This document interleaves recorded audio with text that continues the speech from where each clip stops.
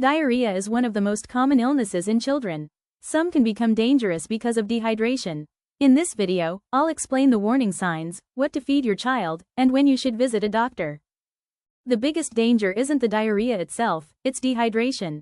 Young children can lose water and essential salts very quickly, especially infants and toddlers.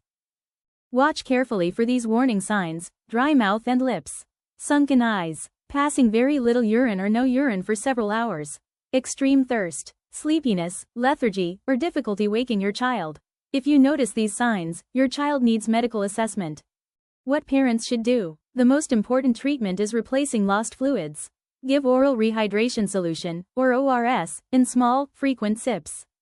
Continue breastfeeding if your baby is breastfed. Offer plenty of fluids.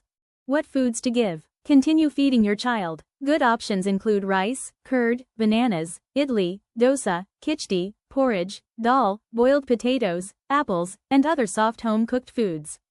Regular feeding actually helps the intestine recover faster. Avoid soft drinks, fruit juices, sugary drinks, and oily or spicy foods. These can sometimes make diarrhea worse.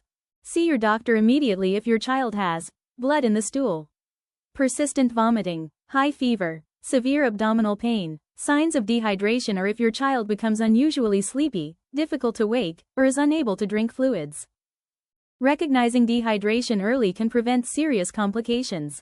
If you found this video helpful, please like, share, and subscribe to Kids Doc for trusted child health information. Let me know in the comments which topic you'd like me to cover next.